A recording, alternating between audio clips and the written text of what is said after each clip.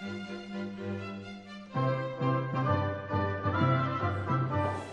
2001 la Camerata Strumentale si occupa della formazione musicale classica degli studenti dell'Università di Salerno.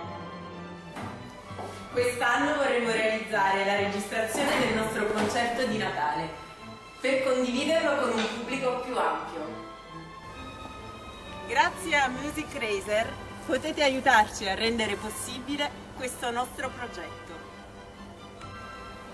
Non fateci mancare il vostro sostegno.